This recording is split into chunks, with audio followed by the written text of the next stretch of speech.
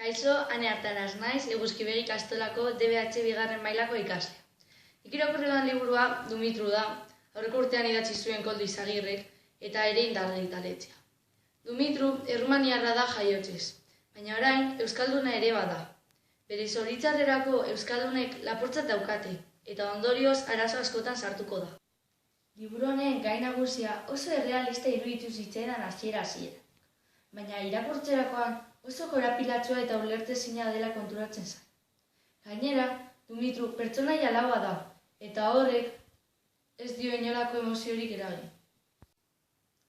Horrez gain, Koldo Izagirrek oso hiztegi zelebrea erabili du, soineko afrusa, irriño bat eta inarosten moduko hitzak erabiliz, eta horrek ez du ezertan lagundu.